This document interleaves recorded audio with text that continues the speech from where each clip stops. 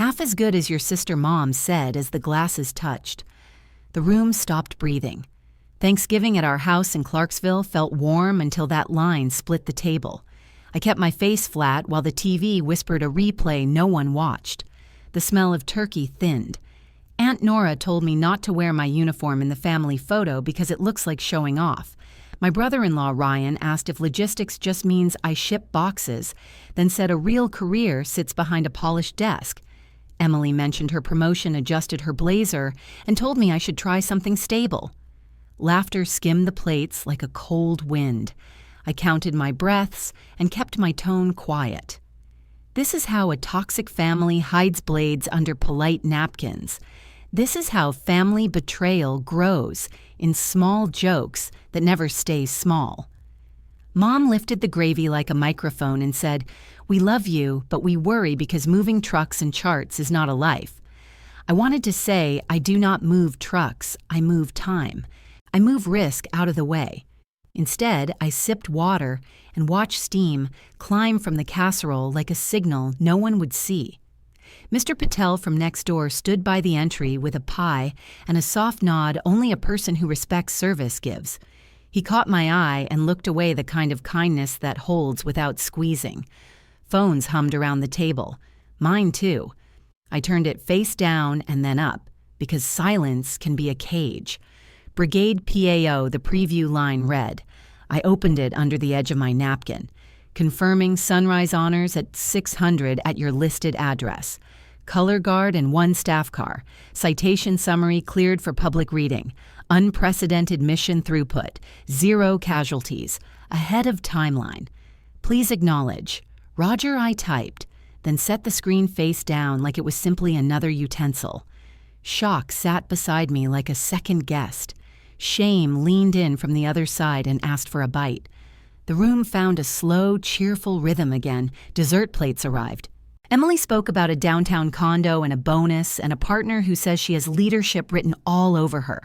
Aunt Nora told a story about a friend whose son left the army for a proper job, and now no one worries at holidays. Mom asked if I had thought about applying to Emily's firm as an assistant, something safe, something that would let me wear nice clothes and be home for dinner. Ryan said he could fix the jargon on my resume so I would sound employable. I kept my eyes on the water glass and counted to 4. Inhale 4. Hold 4. Exhale 4. Family can pass the peas and pass judgment in the same motion.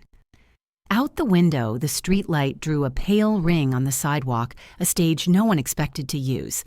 I asked who wanted more water. Mom patted my wrist and called me a good girl. Something in me folded its wings and waited. I have been first in and last out. I have held radios in sleet. I have staged convoys inside windows so tight they could crack a calendar. None of that fits in a toast about steady paths. A kitchen timer chimed. Emily checked it and said she would plate the pie if I cleared the end of the table by the swinging door. I stacked plates and nodded like a well-trained shadow. Words pressed against my teeth and stayed there. I scraped gravy into the bin and let the faucet drown the clink of forks. On the refrigerator shelf sat the shadow box I gave Mom last year, coin and ribbon, and a note about service. She had moved it behind a ceramic pumpkin. I slid it forward 2 inches, then stopped. Moving proof for people who do not look is like speaking to a wall and begging it to be a window. Aunt Nora walked in and asked me not to fuss with decorations. I nodded and carried plates back to the table. Emily raised her glass. To the new year, to promotions, to choices that make sense. Ryan added, and to growing up. Mom glanced at me when she sipped. I sat down and felt my phone like a steady heart. I opened a different app and flicked switches. Family plan off, streaming off, shared cloud off, prime off, quiet settings, quiet consequences. No one noticed. Mr. Patel said the pie was still warm. A small kindness can steady a table. I thanked him. Emily asked me to take a photo of our proud parents on the couch. I framed the shot. They glowed. The mantel held diplomas and wedding pictures, and none of my framed things. I took the picture and handed the phone back. Mom squeezed my arm and told me that someday I would understand the difference between a career and a phase. The word phase landed like a lid. I smiled because a smile can be armor. The TV whispered another replay. The streetlight held its pale ring. I pictured 0600. I pictured a flag moving in clean air. I pictured boots aligned on concrete, a staff car easing to the curb, a door opening, a voice reading words I earned in places no one here has seen. My chest opened a fraction, not triumph, not gloating. Just a small return of oxygen. Mom asked if I could finish the dishes. Sure, I said. My voice felt level and steady. I gathered forks. I stacked bowls. I watched the time and held my patience. The night would end. The morning would come. And when the morning came, the porch would not be a porch. It would be a formation. It would be a truth. If you know this grind of a toxic family, claim your conflict justice and write one line. The house had gone quiet after dinner. Plates stacked, laughter gone hollow, the scent of turkey fading into cold air. I stood on the porch in Clarksville watching fog crawl over the lawn lights, hearing faint music from a neighbor's yard. Inside, Mom and Emily's voices still drifted through the kitchen window, low and satisfied, talking about Emily's promotion and Ryan's new office chair, the sound of people who believed the world had rewarded them for being right. I pulled my jacket closer and stared toward the dark street, thinking how strange it was that I had carried an entire convoy through ice storms and yet could not carry a conversation through one family meal without bruises. At 26, I had served 3.5 years with the 101st Airborne Logistics and Operations, not glamorous, but the spine of every move that mattered. My commission came through ROTC, a scholarship no one mentioned at Thanksgiving. My call sign was never shared outside the unit, classified enough to stay off their lips and out of the family pride wall. The porch light flickered, once steadying again, and I thought of the frozen convoy last February, the one that should have failed. I led a task force that used AI mapping to reroute 36 trucks through terrain. Half drowned in sleet, the system predicted the collapse window with 6 minutes to spare. We broke through with 0 casualties and 3 hours ahead of timeline enough to restock a battalion that would have been stranded. The report called it an unprecedented mission. Throughput, the kind of phrase my mother would never quote aloud. The medal from that operation sat in a small box in my duffel, not on her wall. I had received the Meritorious Service Medal, another Army commendation with an oak leaf cluster, and a written recommendation for early company command, the kind of record officers twice my age had chased for years.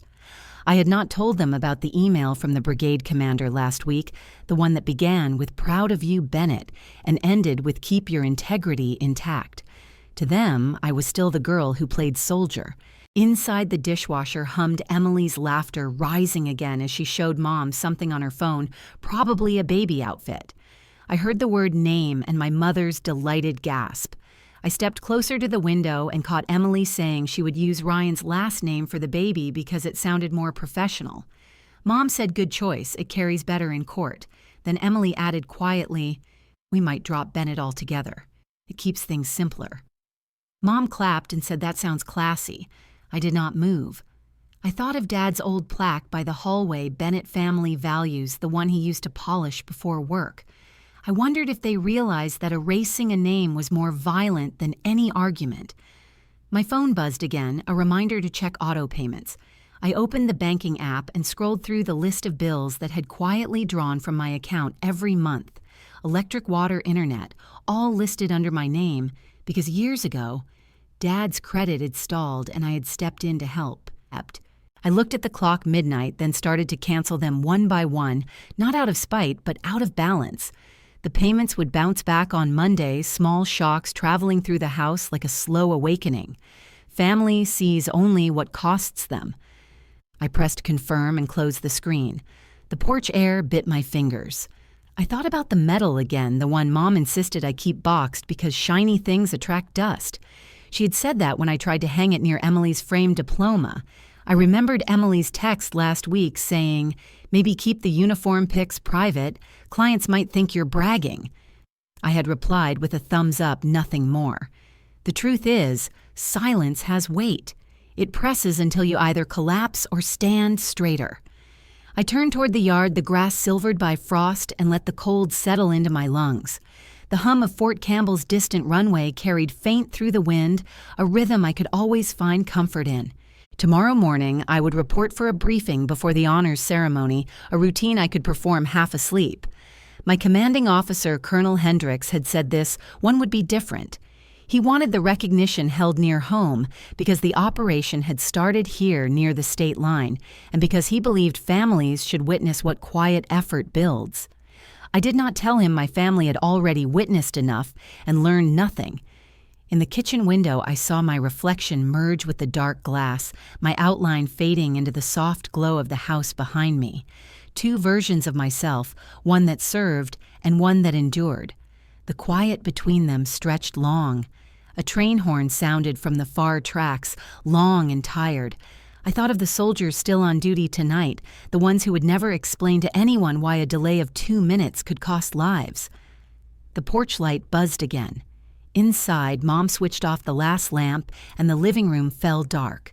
I stayed a little longer, listening to the night breathe.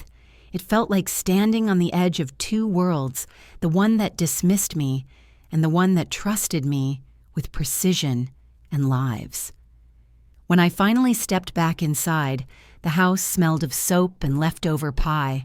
The family photos stared from the wall, Emily's graduation in the center, Mom and Dad on either side, my own academy picture, tucked in the corner behind a frame of seashells. I paused, then reached up and straightened it. It was the only correction I could make tonight.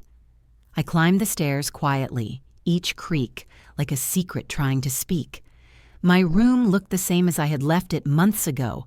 Folded blankets, neat desk, the discipline they never understood. I set the phone alarm for 4:30 and placed the metal box beside it. I lay awake watching shadows move across the ceiling, thinking of the convoy, the ice, the radio static. The moment I realized leadership meant absorbing silence until others could move again. The house slept under its own denial. I closed my eyes and whispered the time, 05:45 formation, 06 honors, 06:30 closure. They would wake to coffee and confusion, and maybe finally the sound of truth. The morning came heavy with the smell of leftover gravy and the sound of dishes being shifted, sunlight barely touching the blinds, as if it too hesitated to step into the Bennett house. I woke before everyone and took a shower, the water cool my mind, tracing tomorrow's formation. When I walked downstairs, Mom was already setting the table again, saying some of Emily's friends would stop by for brunch, something casual before they headed home. She handed me a dish towel and told me to move my seat near the kitchen so guests could have room up front. Emily laughed from the doorway, saying it made sense she would sit in the middle so people could reach her easier. The comment slid through me like a thin blade, polite but sharp. I moved the chair, feeling every inch of the distance it created, the same distance that always seems to grow between what they believe is success and what I know as service. Aunt Nora arrived with a pie she had baked at dawn, and within minutes the house filled again with chatter and coffee and the same subtle hierarchy. They spoke about bar exams, law firms, client dinners. Someone mentioned the word stability so many times it began to sound like a prayer. I poured coffee, smiled, and kept my voice even. When Aunt Nora asked how my base life was, I said steady busy. She nodded, but her eyes drifted away, searching for a more interesting topic. Emily began describing her firm's latest case, her tone confident, and everyone leaned in as if gravity itself pulled them toward her. I stayed at the edge of the circle, half invisible, half servant. Mom made a small gesture, waving me closer, only to hand me more plates to carry. The conversation turned to achievements, to milestones that could be framed. I heard LSAT 3 times the word law wrapped in reverence. When someone asked about me, Mom answered before I could speak. Riley helps with supply runs and drives trucks. It keeps her busy. The table laughed softly, kindly, as if she had just complimented me for a hobby. I smiled and said nothing. Inside, a quiet power shifted, not the kind that explodes, but the kind that waits. Emily adjusted her sleeve, her engagement ring catching light, and said she admired people who could work with their hands because she would lose patience in a day. I looked at her and nodded, thinking of the days I had spent coordinating convoys through mud while she debated contracts in climate control. The irony was almost mathematical. I took another plate, the heat of the ceramic burning slightly through the towel. They spoke again about family pride, about how wonderful it would be to update the group photo for the holidays. Mom pulled out her phone, scrolled, and said we should use the one from last year when everyone looked relaxed. She smiled and tilted the screen for Emily's approval. From where I sat, I saw my own face half cut off by the border. Mom noticed too and said it was fine, she would crop it better this time. I went to the sink and let the water run to hide the sound of my breathing. While they laughed, I wiped my hands and quietly opened my phone, logged into the PX portal where the family had been using my base credentials for discounted purchases. It was a small thing, harmless when it started, but lately they had been ordering appliances and furniture, calling it family perks. I found the access list and removed every secondary authorization. It took 30 seconds. No one would know until next week when the system refused their next order. I closed the app and slid the phone back into my pocket. The noise of the table grew brighter, a symphony of self-praise. Mom stood to take a photo, guiding everyone into the light near the window. She called for smiles, her voice warm. I stood beside her, but Emily pulled her closer and the frame shifted again, leaving me half outside. The flash went off. Moments later, I heard the soft ping of messages. Mom had posted it to the family group chat labeled Family Pride. From the reflection in the window, I saw her thumb pause and then move quickly. Emily laughed and said, "Make sure to tag me." I looked down at my phone. The notification popped up, a new photo had replaced the old one. In the image, it was only Mom, Dad, and Emily, the caption reading, "Thankful for steady paths and true achievements." The removal was surgical, quick, clean, as if I had never been in the picture. Betrayal in families rarely screams it edits.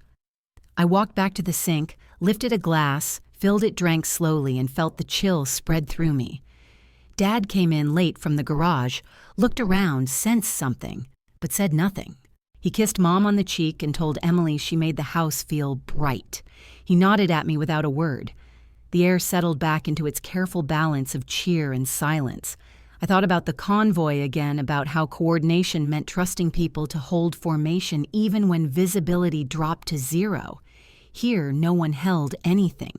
I felt the weight of what I had earned, pressing quietly against what they refused to see. When brunch ended, the guests thanked Emily for hosting, hugged Mom, and waved from the porch. I stayed behind to clear the table, stacking plates, hearing the ghost of their compliments still hanging in the air. Mom walked past and said I should be proud of Emily, she had always been driven. I said I was. She smiled as if that confirmed her version of reality. When she left the room, I leaned against the counter, breathing slow, steady. The phone vibrated again, a reminder about tomorrow's logistics briefing, and for a second the world felt balanced, clean lines and clear commands. Outside, wind brushed the flag by the mailbox, the one Mom often forgot to lower. I watched it sway and thought of tomorrow's ceremony, the sound of orders spoken into dawn, light, the rhythm of boots and breath. Tonight they would sleep without knowing how close their world was to shifting. I rinsed the last plate, turned off the light, and let the room fall silent. By afternoon, the house filled again. Cousins drifted in with coffee in small boxes and stories of sales and office politics. Ryan leaned back in his chair with a grin that felt permanent, and when someone asked what a captain actually does, he said in a bright voice that a captain is the person who calls in the pizza and the supplies and maybe keeps the clipboard straight. The table laughed in a soft chorus that sounded friendly, and yet it pressed on my ribs like a weight. I smiled and reached for the pitcher and poured water for the older aunt who always forgets her glass.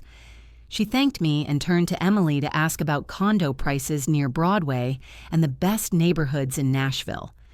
The conversation slid there, fast square footage and mortgage rates, and how a steady bonus makes the down payment painless. Someone asked about my pay in a tone that made the question feel like a test. I said I am comfortable, and they nodded politely. Then one cousin said, "It must be tough to buy in Nashville." On that, another chimed in, that renting is fine at my age, and there was more laughter. I felt the sound ripple and fade like wind against a tent wall. Mom arranged napkins and said stability is the goal. She looked at me for confirmation, the way a speaker waits for applause. I set the pitcher down and said, "I hear you." The room softened for a breath, then found a new subject: which ottomans match which rugs, and what color says executive without trying too hard.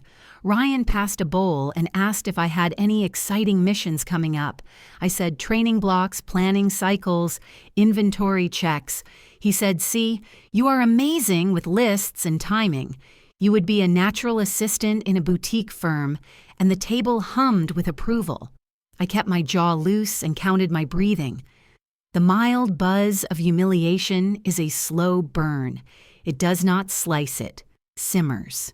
The kind of heat that makes people in a toxic family think they are being kind while they sand you down. My mind did what it always does in a corner. It walked back to a place that proves I am whole. 3 a.m. in February, black ice and a bridge that kept shutting down line haul, queued on a county road, headlights pale as paper. The radio, a haze of weather alerts. I walked those trucks lane by lane with my team chief. We checked tires. We checked chains. We checked time against the window. The AI tool gave us 6 minutes on one route, 10 on the backup, a third path with a sliver of daylight. If the plow hit at the right moment when the first driver said the road looked wrong, I said trust the clock, not the fear.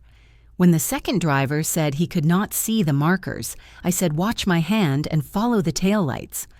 1 car ahead, we nudged through a world that wanted us to stop, and we made it to the other side before the river fog hardened into glass. The battalion got its fuel and its food and its winter kits, and no one went hungry or cold. I was 25. Then the medal landed on my desk like a quiet stone. I put it in a box and went back to work. Back at the table, the talk spun toward Emily again. Her partner had praised her for being a natural leader. Her senior had hinted at a trial secondment. Mom glowed and said, "That is what I mean." When I talk about a real career, I lifted forks and stacked plates. I asked if anyone wanted more water. I kept the traffic flowing. The labor of being invisible is strangely precise. It turns you into a moving hinge. I took the plates to the sink and let the faucet sound cover my heartbeat. Then I unlocked my phone under the counter and opened the retail app where a family shopping list sat under my permissions. Months of side purchases had piled up under the logic of shared benefits. I scrolled to the Account Access tab and removed the authorized sub-profiles. The action required a passcode. Only I knew I entered it and watched the confirmation line appear. The change would ripple into their next cart with a polite error message. Items unavailable under current privileges. I locked the phone and wiped my hands dry. The water traced away like a small weather system back at the table. Ryan asked what rank comes next and how long that takes. I said there is a board and a process and evaluations over time. He said that sounds slow and unpredictable, and he was glad Emily had a path with clear markers, because uncertainty kills momentum. Emily smiled and said some ladders are built with better rungs. The room agreed. Mom tapped the back of my chair and told me to move just a bit more toward the kitchen because the light looked best on Emily from that angle. I slid without a comment. Dad drifted in with a box of ornaments and asked if we wanted to hang a few for atmosphere. Mom said yes, and then caught his sleeve and said, "Not the military ones. Just the neutral ones." I watched his mouth go flat. He nodded and pulled out snowflakes and bells and a wooden star. The ornament swung gently when the furnace clicked on. The day slowed, but the friction in my chest did not later. While the leftovers warmed and the coffee makers sighed, Emily announced a plan for her anniversary photos in spring. She wanted something classic, all neutrals and glassware, no uniforms in the frame. "It is a theme choice," she said with a laugh. She looked at me without malice and added she wanted everyone to feel cohesive. Mom clapped as if the decision solved a national problem. The room agreed it would look elegant. I set a bowl on the counter and chose silence again. The word cohesive stayed in my mouth like a seed that would not go down. I could hear Mr. Patel on the porch talking softly to Dad about the weather. I could hear a toddler next door cry and settle. I could hear my own pulse, steadying with every inhale. I turned the stove off and plated the food and carried it back with a smile that felt practiced and true. At the same time, the table sparkled with approval. Emily thanked me for being so helpful. She said I always take pressure off the room. I wanted to tell her that taking pressure off a room is half my job, and the other half is moving pressure to where it belongs. So nothing fails, but the skill set that saves lives does not read as charm in a living room. The guests ate and checked phones and laughed. Mom raised her glass and said to steady paths again, the echo of last night, the repetition like a chorus that refused to learn a new verse. I met her eyes and nodded, because sometimes agreement is a bridge, not a surrender. When the plates were empty, I gathered them again in the kitchen. I opened a small drawer where we keep batteries and spare pens, and there sat the lanyard I used last Christmas to get them on post for a tour. I touched. It placed it back, closed the drawer, and felt the click lock into my spine. I am not a prop. I am not a convenience. I rinsed every plate to a clean shine. I dried my hands and walked back out and took my seat near the kitchen door again. The world kept turning. The laughter kept ringing. The house kept breathing, but a new line had drawn itself in me. And once a line is drawn, there is no unseeing it. If you have ever been told not to wear the uniform you earned in your own house, then you already know what I mean. This is revenge emotional in its smallest honest form. This is the way a toxic family asks you to erase yourself, so the picture looks tidy. I sat still and let my stillness speak. The afternoon light thinned to a winter gray, and the room cooled around its pride. I waited for tomorrow and for the porch, and for the truth that does not need anyone's permission to stand upright. When the last cousin left, I carried one more stack to the sink and breathed in and out until the taste of the day faded.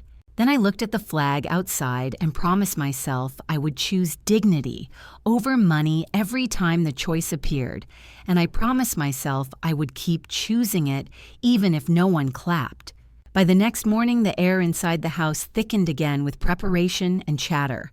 Mom stood at the counter sorting envelopes and lists, while Emily moved around, choosing dishes and colors. The kitchen smelled of coffee and control. She told me we would all pitch in for Emily's celebration dinner next month since family should share the cost.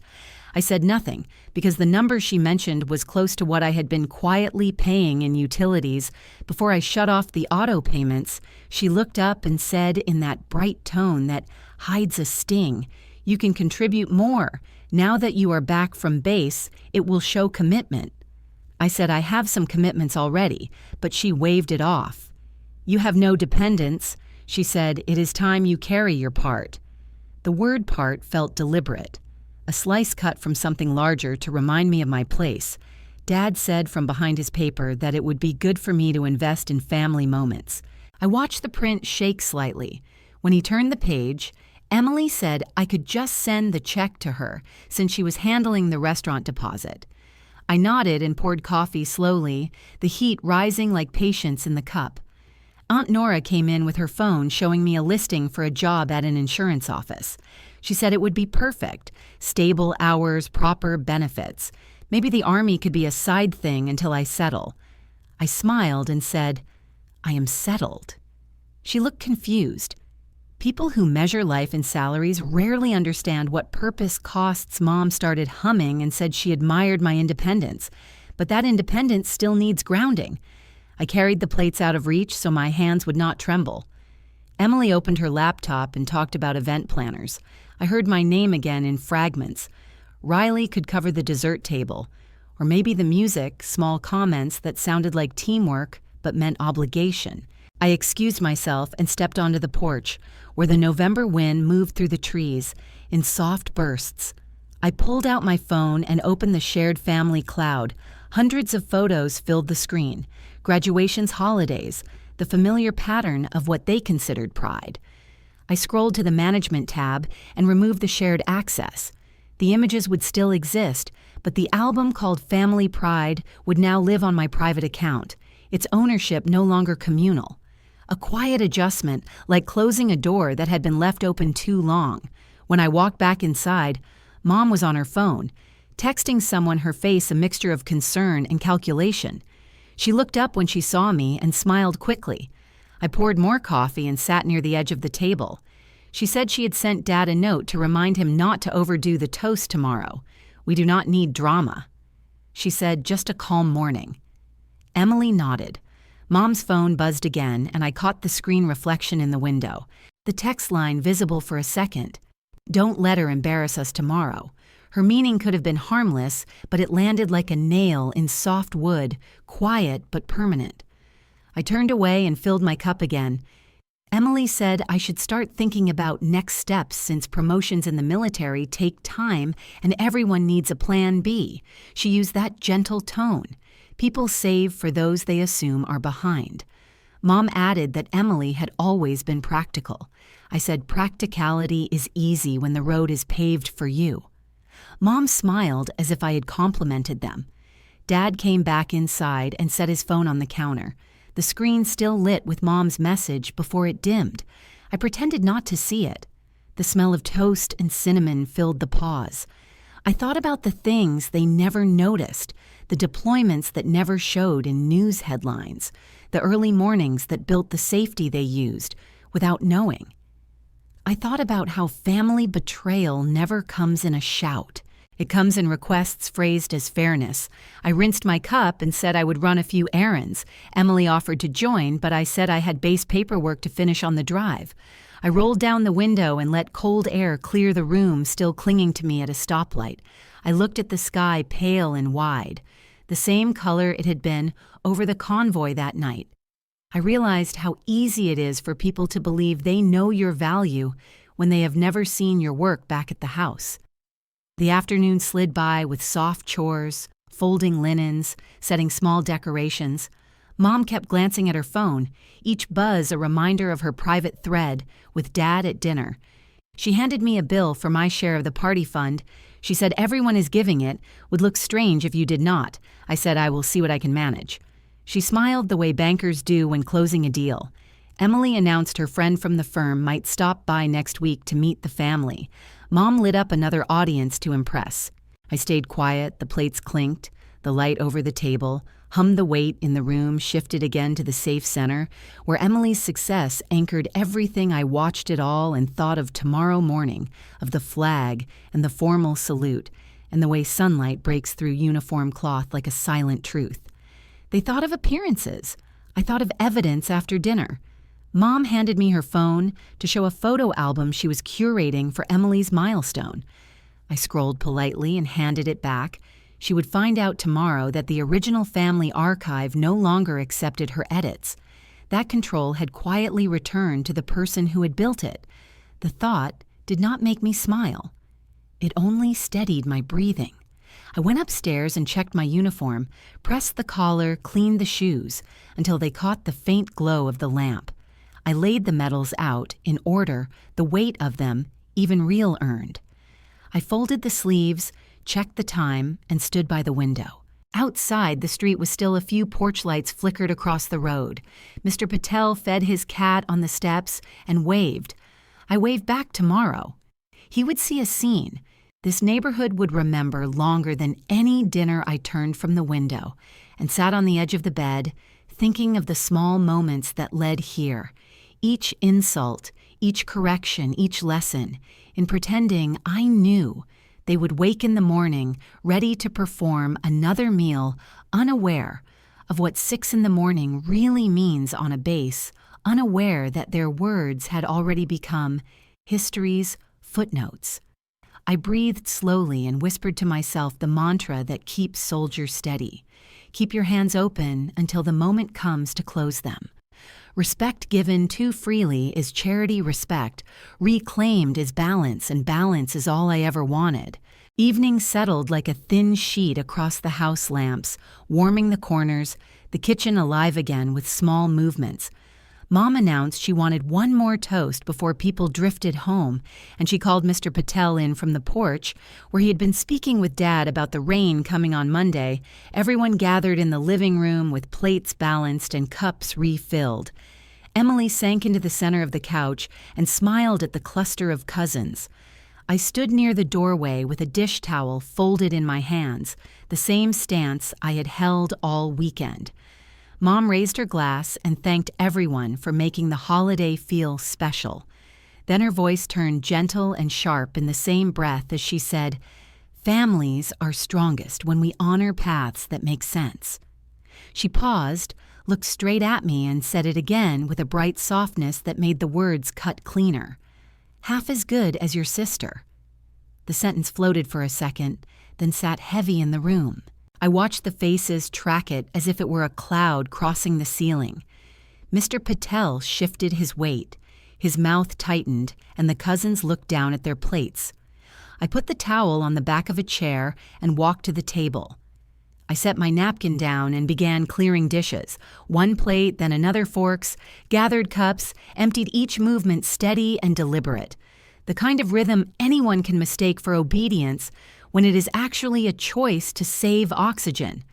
Mom kept talking about steady jobs and civilized ambition and the sweetness of predictability. Emily thanked her for believing in measurable progress. Ryan added that some careers prepare you for real leadership, and that was why Emily thrived. The small applause made the room sound like a polite elevator. Dad stood at the back by the hallway. He could have said enough. He could have told a simple truth. "She has done things you do not understand," but his eyes slid to the side. He traced the edge of the door frame with his thumb, and the chance passed. I carried dishes to the sink, turned the water on low rinsed, quietly so their words would not echo. I washed my hands, dried them, and held the counter until my breathing matched the faucet. Then I reached for my phone, opened the home control app that Dad had asked me to set up last year, when the garage door kept misreading the old keypad. I scrolled through the authorized user's mom's phone, Dad's phone, Emily's account, the house sitter, a cousin who had come to town in summer and never removed his access. I removed every profile except the core account. The screen asked if I wanted to revoke guest privileges, and I pressed, confirm the system would accept commands only from my device until I re-enabled them. A small change, with a large shadow tomorrow at dawn, when the street filled and timing mattered. The door would open when I told it to, and no one would interrupt the line of cars by accident. I slid the phone away and returned to the living room. Mr. Patel met my eyes and gave a tiny nod. I could tell he had heard enough to read the shape of the evening. He asked Mom if she needed help with anything. She smiled and said, "Riley always handles the heavy lifting." The words landed with a smile that pretended to be gratitude. I sat on the edge of a chair and let my hands rest in my lap, not clenched, not limp, just present.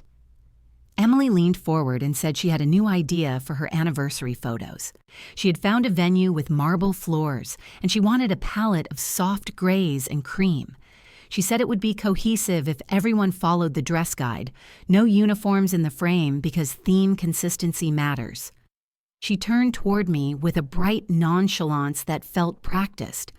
I nodded once I said, "Sounds elegant." The room eased. They believed agreement meant acceptance. It did not. It meant I understood the rule they needed to survive their story, and I had my own story to finish. Mom set her glass down and asked Dad if the coffee was ready. He left the room. I watched his shoulders round in the doorway, and I realized he would keep looking away until someone turned his head. I looked at my hands and realized I was alone in this family. Not abandoned, but unguarded, a soldier without a rear line. The thought did not scare me. It clarified me. The cousins asked for a group selfie, and I held the phone and took the picture, and saw the composition tilt again toward the middle. Where safety sits, I sent it to the group and tucked the phone away. Mr. Patel began a story about his first year in the country, about the heaviness of holidays, when you do not know the rituals yet and the room softened enough to let his kindness in. When he finished, Mom said, "That is lovely," and then pivoted to ask Emily about restaurant options for the celebration dinner. I stood, gathered empty plates, moved to the sink again. The clock ticked toward 10. Outside, the streetlight carved that same pale ring on the sidewalk. The same quiet stage I pictured the staff car sliding into place, the color guard stepping out the call to attention, turning the air from social to solemn. I pictured the garage door obeying with a single tap. While the line held in the hall, Dad's phone buzzed, and he hesitated, then stepped into the kitchen to read it. The glow lit his face. His jaw moved once he put the phone face down and returned to the doorway. I could have asked him what it said. I did not. I let him keep his silence. He had chosen it. Mom announced dessert. She cut slices as if distributing rewards. She handed me a smaller piece and laughed that I have always been so careful. Ryan joked that carefulness is a great trait for a scheduler and passed the whipped cream to Emily. I let the line breeze past me and looked at the family wall where my academy photo sat in the shadow of a frame that held a beach trip. Earlier, I had straightened it, and now it seemed to lean again. I left it alone. Some things are truest when imperfect people said their goodnights in waves. Coats lifted, hugs done, thanks. Repeated, the door opened and closed. The house exhaled. When only the four of us remained, Mom began collecting cups. Emily scrolled her messages with a satisfied smile. Dad checked the storm alert for Monday. I wiped the table in steady circles. I could feel the line I had drawn inside me earlier. I could feel how it held. I said I would take the trash out and cross the garage. The door mechanism answered my tap with a clean hum. I watched it rise and fall, twice precise, compliant, ready. I tied the bag, set it by the bin, and stood for a moment in the dim light. It is a strange relief to know that a simple boundary can change. A morning, I went back in and locked the interior door. When I returned, Mr. Patel's front light clicked off across the street. His silhouette moved past his window, a quiet witness closing his own night. I turned off the kitchen light and the house narrowed to a soft glow. Mom said goodnight and added a final reminder. Please do not make the morning about you. Keep it modest. Keep it calm.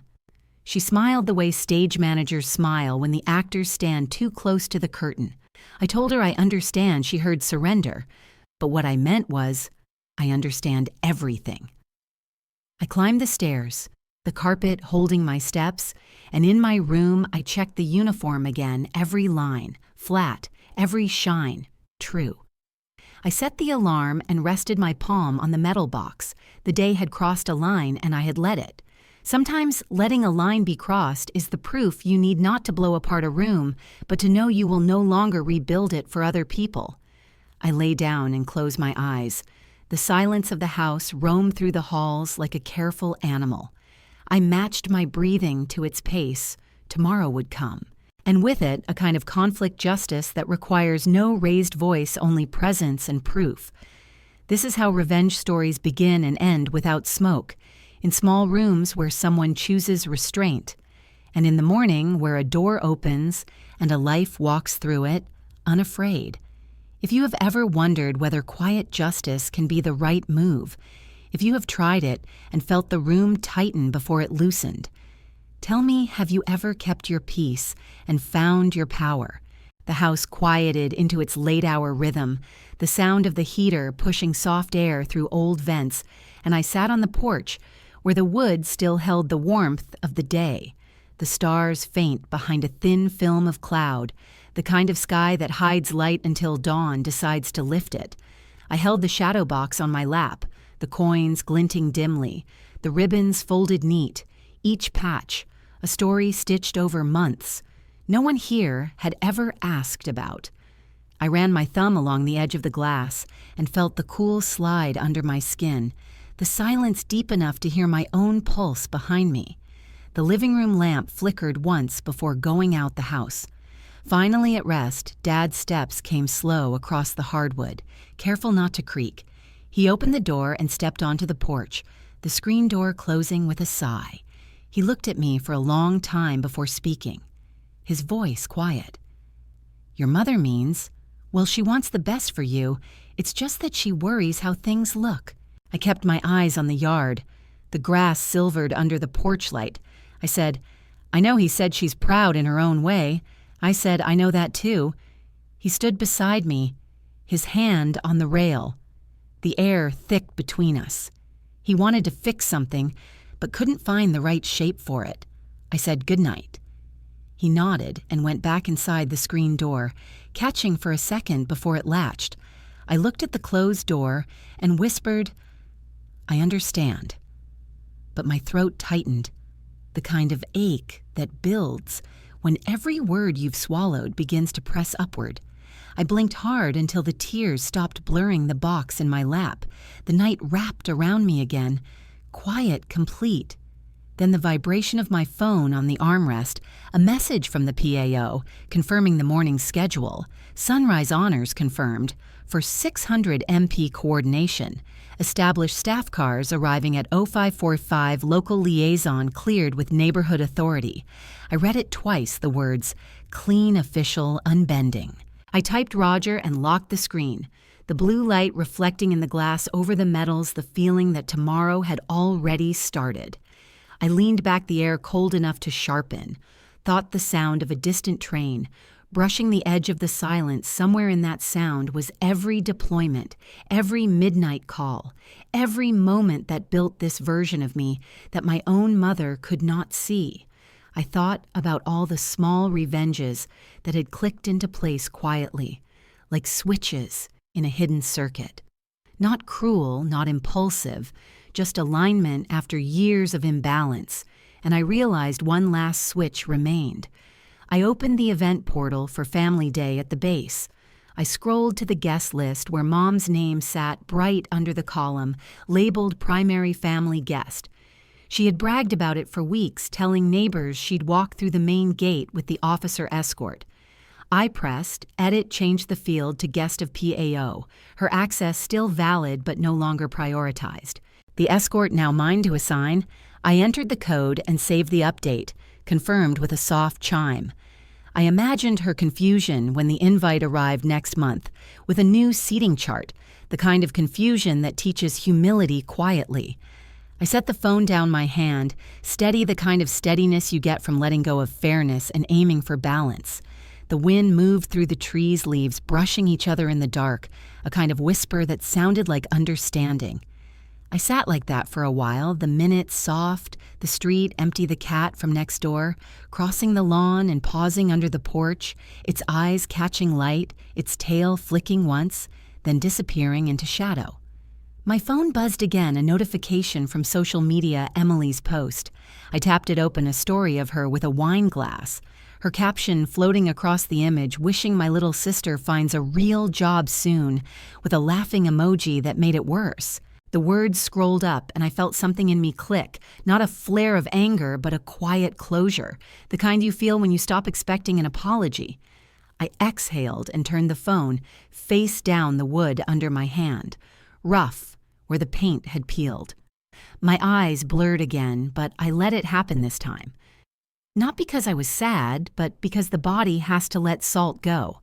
I thought of every morning I'd stood on frozen ground calling names until I heard each voice answer back, the smell of diesel and iron, the weight of responsibility that no one at that dinner table could imagine betrayal. Family karma is not a curse, it's repetition until you refuse to play. I sat until my breath matched the rhythm of the night. The porch light drew a faint circle on the steps, the same circle the staff cars would roll through in a few hours. I imagined the hum of engines, the boots on gravel, the flag snapping once. In the first light, the words to be read aloud. Not my defense, but my truth. I closed the box and set it beside me, the metals glinting once as if in salute. Upstairs, the old clock struck 11, its tone heavy and final. I rose, carried the box inside, placed it on the table by the door where the morning light would touch it first. I stood there for a moment, watching the quiet lines of the house, this place that shaped me and tried to shrink me. At the same time, I whispered good night to no one, turned off the porch light, and walked upstairs, my hand trailing the banister, each step slow, deliberate, Like the measured rhythm of marching in my room, I lay down fully dressed. The alarm already set the phone face down, the faint glow of the screen fading the air, still the world holding its breath. And I thought, if there is a moment that defines a person, it is not when they are praised or blamed. It is the night before they stop asking for approval. Tomorrow I would not need to speak. The truth would walk up the driveway in uniform, the same truth they had spent years trying to edit out of their picture, and for once the light would fall exactly where it belonged. I closed my eyes and let the darkness settle into place, steady as rest, certain as morning. At 05:45, the light came thin and white across the street, frost holding to the edges of the lawn, like breath curtains shifted in quiet houses, as neighbors lifted them with 2 fingers and peered out the kind of early hour that belongs to bakers and soldiers. I stood in the hallway with my uniform zipped and my gloves in my pocket. I felt the house still asleep behind me and the world waking just outside. Mom moved past the stairs in her robe and asked what the noise was. I said it was morning. She frowned as if the word carried a new meaning, and then she went to the kitchen to start coffee at 5:58. I stepped onto the porch, the air clear enough to ring the first staff car eased along the curb and stopped where the streetlight made a pale square on the pavement. The second slid in behind it with the same quiet precision across the intersection. 2 MP units parked to create a soft block at both ends, their lights steady and low by prior permit. The color guard stepped from the lead car boots, down shoulders set, flag case in careful hands. The neighborhood heard the small weight of each footfall and held its breath. Mr. Patel stood on his steps with a hand against his chest and a look that said he had known someone would finally see. Dad came to the door and froze his hand still on the knob. I nodded to him, and he let the door remain open, as if the house itself needed air. Mom reached the entry with 2 mugs and stopped when she saw the cars and the uniforms and the quiet line being drawn. Emily moved in behind her, restless, whispering, "What is this?" Her eyes flicking to me and then back to the flag as if she did not know where to settle at 600. The color guard opened the case and the fabric rose like a careful sunrise. A voice called from the driveway in a tone that turned the morning into a room. Brigade attention. The word attention cut into the cold and made it sharp. Boots clicked heels aligned. The silent choreography of respect built itself from nothing and stood on my porch. The flag climbed the mast we had mounted for holidays and never used properly. It found the wind and spoke once. A short sound, a fact more than a symbol. Colonel Ethan Hendricks stepped forward from the second car he wore. The calm that comes from long mornings like this. He faced me and then turned to face the small gathering that had formed along the sidewalk and across the street. He called my name, Captain Riley Bennett, and the shape of it in the air felt like a full sentence. For the first time in my own house, he spoke the citation in the public form under Captain Bennett's lead. The task force achieved an unprecedented mission throughput during winter operations. The team sustained forward elements ahead of timeline under severe weather constraints. The operation concluded with 0 casualties. The brigade acknowledges her judgment, her planning under pressure, and the integrity that held the line. He spoke of the board recommendation and of the standard my team set. He did not use adjectives that would make my mother proud. He used the nouns that make soldiers stand straighter behind me. I heard a cup set down on a side table and the small crack of ceramic against wood. Mom's breath shortened. Emily's jaw set. Dad whispered something. Without sound in the yard, a child peeked from a window and pressed a finger to the glass. The moment held so clean that everything else in the world seemed like noise. The neighbors lifted phones and filmed one angle, then another, the frame wide enough to catch my porch, and the staff cars and the color guard and my family. All at once, revenge stories rarely need witnesses when the truth arranges its own stage. I stepped forward when the colonel called me to stand by. He looked me in the eyes and said, "We are proud of you, Bennett." Then he shifted to the people gathered and said, "Sometimes the quiet work is the work that keeps everyone alive." Mr. Patel said, "Amen," under his breath, and then stood still. I felt my chest loosen, not from triumph, but from the certainty that a door had finally opened inward. Mom tried to smile and could not find the muscles for it. Emily smoothed her sleeve and stared at the flag like it was a mirror that refused to reflect her. The MPs kept the block steady and courteous, a soft nod to every car that had turned the corner and paused inside the house. Mom's phone vibrated on the console. I glanced and saw the notification from the Homeowners Association. The invoice for last month's lamp repair at the entry had been paid in full. The note field showed the message I had entered at dawn before I put on my shoes. Paid by Captain R. Bennett. The smallest needle can open the thickest pride.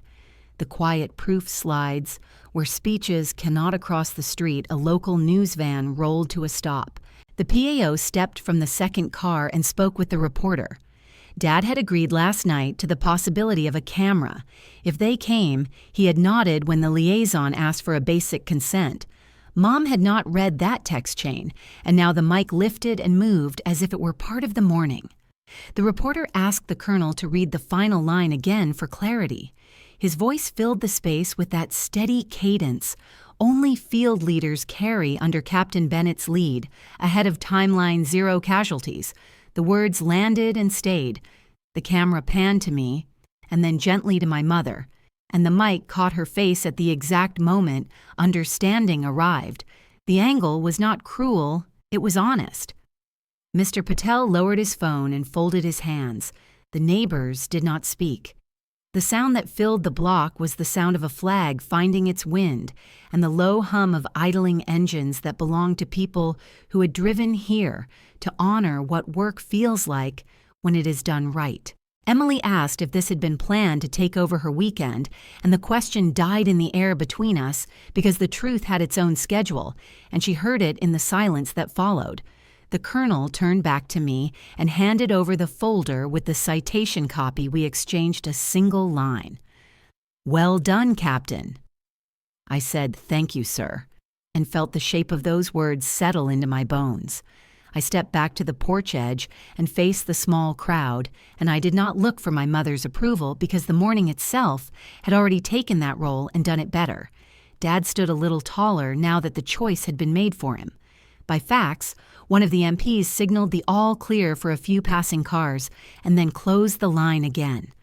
Small movements of order, making room for life. I thought of the years of family betrayal that had stacked quietly in me, like papers on a desk. I thought of conflict, justice, and what it means when the balance finally tilts toward the right side. The ceremony lasted only a few minutes. A song from a speaker rose and fell, and then the flag settled at half-mast for the reading and lifted again. The color guards saluted and returned to their places. The staff car doors opened in one motion and then closed when the officers sat. A neighbor clapped once, and then realizing no one else moved, let his hands fall back to his sides. It was not a show to consume. It was a fact to live with. The PAO gave the reporter a brief statement and nodded toward me. The camera light blinked, but I did not speak. My silence fit the moment the reporter turned to Mr. Patel and asked what he had seen. He said, "I saw a woman stand still, and I saw a city. Remember how to breathe." Mom pulled her robe tight and looked at the ground. Emily touched her phone and pretended to read a message. Dad cleared his throat and reached for the door, and then did not open it. The colonel gave me a final nod, and the MPs began to lift the soft block. Engines rose a little and then leveled. The morning widened again before the cars pulled away. The HOA notification chimed a second time. A receipt now filed a paper trail of respect. In the smallest ledger, the PAO thanked my father for the consent and shook his hand, and he said, "You are welcome," and looked at me like he wanted to say more. I held his gaze and did not make it easy when the line of cars turned the corner. The street felt bigger. The neighbors stayed still for a beat. Then curtains fell back into place. The camera blinked to a dark screen. The porch steps cooled under the retreating sun. Revenge does not always need victory laps. It needs clean air. I turned to my family and waited for whatever they believed came next. The day had already told its truth.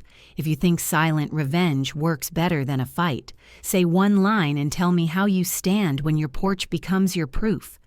Standing up for yourself begins here, with breath and with presence.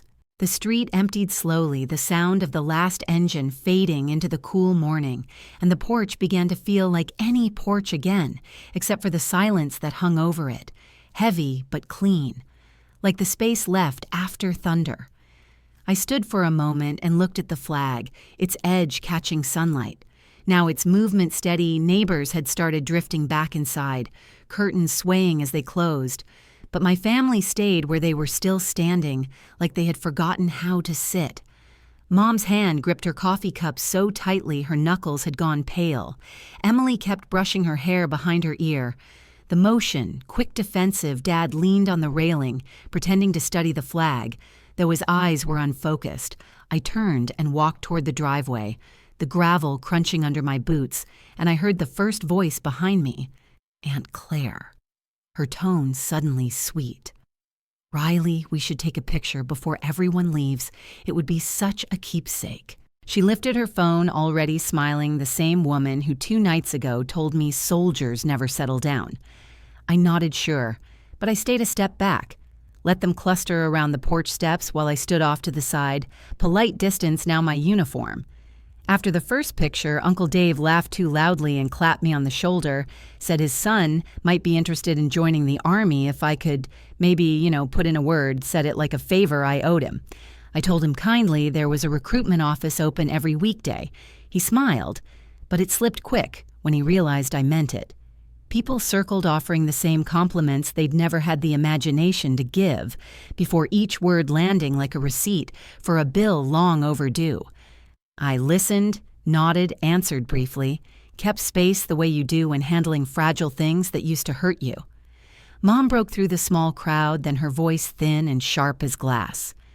"Why didn't you tell us, Riley? Why would you let this happen without warning?" I turned to her. "I did for years. I told you about my work, about the missions, about the people I led. You said it was just games." She blinked hard, trying to summon authority, but her voice cracked. "We could have prepared the neighbors the news. You blindsided us," I said softly. "You were never blind. You just never looked." Dad took a small step toward me, then stopped when he saw my expression. I wasn't angry, I was finished behind us. The PAO shook hands with Mr. Patel and the officers returned to their cars, the formality closing like a chapter. I turned my phone over in my hand and opened my banking app, found the authorized users list on my primary card. There were 4. Mom Emily, Aunt Claire and Dad, the cards they used for household things, groceries, decoration orders, all tied to the same line. I had never mentioned I selected remove for each confirmed, then press send on the security notification that would go out at noon. They would get the message while at brunch. Talking about how proud they were, the note would read, "Account access, revoked per cardholder review," the sort of phrase that sounds cold until you've earned the right to use it. I slipped the phone back in my pocket and looked up as Mom's voice rose again, her control fraying. "Riley, this family deserves respect. You embarrassed us in front of everyone," I said evenly. "No, I showed everyone what you refused to see. That's not embarrassment. That's reality." Emily's phone buzzed just then. She turned it face up and her smile froze. She blinked fast, trying to hide the screen, but the movement was too late. I caught the reflection in her glasses, messages from her colleagues, little boxes of text lighting up, asking if the post she'd made last week about her sister needing a real job was a joke. Someone had screenshotted it, shared it, and now it was circulating under clips of the ceremony, her caption next to my name, "On the newsfeed job, real enough for you." Her hand trembled. She locked the screen. Her face drained. Mom turned toward her. "What is it?" And Emily said nothing, just shook her head. the silence between them widening the kind that cannot be patched. Mr. Patel crossed the street quietly, then bringing back the coffee mug Mom had left on his porch years ago after a neighborhood meeting. He handed it to her with a gentle smile and said, "Captain Bennett, thank you for your service." Then he looked at my parents and said softly, "You must be very proud," his tone kind but edged the kind of truth wrapped in grace that lands heavier than anger. Mom nodded, but her eyes stayed down. Dad managed a small thank you, and I realized this was the first time anyone outside had seen us like this, without scripts. The truth in full daylight as people drifted away, Emily lingered, then stepped closer. "Riley, I didn't mean that post. It was a joke. People twist things. You know how it is." I looked at her for a long time before speaking. I said, "You meant every word when you wrote it. You just didn't think you'd ever have to stand next to the truth." She looked away, pretending to check her phone again. I turned back toward the porch, the flag still moving slow. Mom followed me with her voice pleading. "Now, you could have warned us. We could have made this a celebration." I said quietly, "It already was just not the kind you controlled." She opened her mouth again, but nothing came out. The morning light reached the porch, fully then warm and clear, the same light that had fallen over every base I'd ever served. I felt it on my face and thought of all the soldiers I'd led, their names echoing faint in memory, people who had never asked for praise, only purpose. I took one breath and another, slow, even steady behind me. Dad said my name once, not as a question, not as an order, just a name, and for the first time in years, it didn't hurt to hear it. I turned slightly, nodded, said, "Take care of yourselves," then walked down the driveway, boots steady on the pavement. Mom called after me, but I didn't turn. The line between us had already been drawn by something bigger than anger, a decade of silence, broken by fact, as I reached the sidewalk. My phone buzzed once more, a text from the bank, confirming card changes, complete. The world loves clean endings, even if people don't. I glanced back, once saw Emily standing on the porch, scrolling fast, probably deleting. Probably apologizing to screens that would not forgive her. Mom wiping at her face with a tissue. Dad sitting on the step looking at his hands, Mr. Patel waving lightly from his fence. I lifted a hand in return. Not goodbye, just acknowledgement, then turned toward the park at the end of the street. The air sharp and honest, the kind of air that carries what's been earned, not given. If betrayal family karma ever turns on itself, it does so quietly, not as punishment but as balance. This morning had given them everything they asked for clarity, and it had given me distance enough to breathe enough to let go, if you believe forgiveness should wait for understanding. Tell me what you think when the ones who hurt you finally turn around because the world saw them. Is that redemption or reflection? This is your lesson in betrayal, your call to decide. Mom waited until the street settled and the cameras were gone. Then she touched my sleeve with a careful grip and asked me to come into the kitchen. I walked past the table where crumbs looked like a map of last night's arguments. The sink hissed softly, and the window held a square of cold light. She stood with her back to the counter and said she had not understood. She said she had thought service was a phase and not a life. She said the neighbors would talk and she did not know what to say to them. She asked me to help her find the words so the street would not think we were a family that failed our own. I watched her try to smile and fail. I felt the burn of all the years I had asked for simple regard and received advice. Instead, I let the water run and turned it off. Then I faced her and laid the line that had been writing itself inside me since I was old enough to be compared to a sister who walked an easier hallway. I said there would be conditions, and they would be clear, and they would be enforced. I said there would be 4, and they would not bend. First, a public apology tonight in front of family and neighbors for 2 sentences that had been used as whips across many seasons, the one about real jobs and the one about being half as good as a sister. Second, an end to all remarks that belittle military work, whether in the house or in public or by text, that pretends to be private. Third, no control over the uniform or over photos of ceremonies or over the way I'm allowed to stand in my own life. And fourth, if any of these are broken, then I would institute 6 months of no contact and would keep it clean and quiet and final for that period. Her face shifted through surprise into offense and then into something closer to fear. She asked if I was threatening her. I said I was not threatening. I was creating order. I said conflict justice begins when the person who has been quiet names the terms of peace. She asked who would hear the apology, and when I said tonight after dinner when the block calmed and before gossip could tie its own knots, I watched her try to recalculate affection into leverage again, and I shook my head and said, there is nothing to trade for. Respect. Respect is either present or it is owed, and I am done, carrying the debt. The refrigerator hummed, the clock ticked. The house listened. She said that people make mistakes and that a mother has a right to guide her child. I said that guiding had turned into grinding and that guidance without curiosity becomes control. I said I would not be ground down anymore. I saw a shine of water in her eyes, and for a second I almost softened. Then I remembered the group photo that deleted me and the kitchen jokes about hobbies and the years of correction that looked like love, only from far away. I steadied my voice and repeated the 4 terms in a calm tone.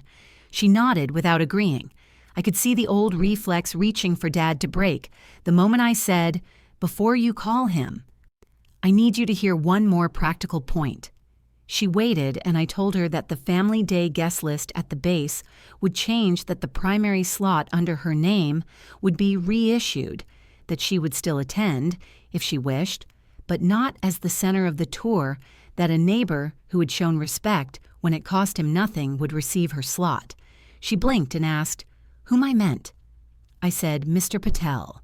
I said the confirmation would arrive to her inbox tomorrow morning, so she would not be surprised at the gate. I told her this was not punishment, this was a correction. Respect belongs with those who practice it without cameras. She pressed her lips together and looked at the floor tile and then back at me. She said the neighbors would think less of her. I said they would think honestly of her. She asked how a daughter could do this to a mother. I said a daughter could do this when a mother spent years whittling her down to fit a picture frame. Revenge. Emotional is what people call it. When a boundary finally takes a shape. But boundaries are not revenge. They are a map through damage. The door to the hall opened then, and Dad stepped in slowly. He looked at both of us and at the small steam rising from the sink, and he asked if this was a good time to speak. Mom opened her mouth first and said, "Your daughter is threatening to humiliate me." Dad looked at me. I kept my hands on the edge of the counter and told him the terms. In the same steady tone, he listened without blinking. Then he did something he had not done since I learned to lace my boots. He chose a side out loud. He said, "You are right, Riley. You are doing the right thing." Mom turned toward him with a face I had only seen her wear towards strangers. She said, "How can you say that?" He said, "Because I have watched her carry weight. We dumped on her, and I did not lift a finger." He said because he had heard the words we used and pretended they were jokes. He said because he had seen the porch this morning and could not unsee it. His voice did not rise. It dropped into place like a heavy key finding a lock. The room changed shape. Mom stepped back as if the counter had pushed her. She said, "So you two will make me beg in my own kitchen." I said, "No one is making you beg. I am offering a way through, and it is straight and clean." She asked if I would help her write the apology. I said I would help her say it without decoration. She asked what would happen if she failed mid-sentence. I said I would finish the sentence for her and then begin. The 6 months she took a breath, wiped her cheek, and said she would do it. Dad nodded and said he would stand next to her. His words carried no pride and no shame, only a promise. We stood there for a moment without talking. The house listened again. The wind moved the bare branches against the glass. I felt the anger leave my ribs and something steadier take its place. Not warmth, yet not forgiveness, only alignment. Mom asked if I would still come for dinner. I said I would stay for the apology and for a plain meal, and then I would leave early. I said new terms are not only spoken, they are kept with the clock. She nodded. She asked if she could hug me. I said not yet. I watched the wish fall and settle, and for the first time her wish did not become my task. From the hallway came the chime of her phone, a new message. She ignored it. Dad looked at me and said, "I'm sorry for the years I looked away." He said it once, not as a performance, but as a full stop. I said I heard him. I did not rush to fill the quiet was important. The quiet was the proof that a new room had been built inside the old house. After a minute, Mom asked how she should start that evening. I told her to start by saying I was wrong and I minimized your work, and I will not do that again. She repeated the sentence under her breath, then she straightened her shoulders the way I had seen her do, before job interviews. She picked up her phone, looked at herself in the black screen, and whispered the line again. Dad exhaled and said, "We will do it. We will do it right." He looked at me, and his eyes did not slide away. I thought of all the families who missed their chance to make repairs, and I thought of all the ones who did, and then broke the repairs. I will hold them to the terms. I will hold myself to the distance if they do not. That is how truth and closure work. Not with speeches, but with schedules and doors. I stepped back from the counter and said I needed a walk. Mom said she would start cooking. I said, keep it simple. She nodded as if simple were a language she could try to learn. I opened the back door and felt the day meet my face with a clean, cold touch. I walked out knowing the apology would either be spoken or the silence would begin. Either way, the line would hold, and a life that finally belonged to me would keep moving. The afternoon light stretched wide across Fort Campbell, turning the concrete pale gold as I parked near the admin building and walked through the quiet corridors that had seen more beginnings and endings than any home ever could. I handed the after-action packet to the PA office, thanked the coordinator for the flawless sunrise setup, and reviewed the wording on the award copy one last time, making sure every soldier's name was spelled correctly, because recognition is a kind of armor, too. When I stepped outside, the wind caught at the hem of my uniform, and I thought of the porch that morning, of the way silence can sometimes stand taller than any speech. My phone buzzed with a message from Mr. Patel. He wrote that his family was planning a picnic at Liberty Park that weekend, and they wanted me to join. He said his wife had cooked extra because she believed food should follow courage. I smiled and said yes.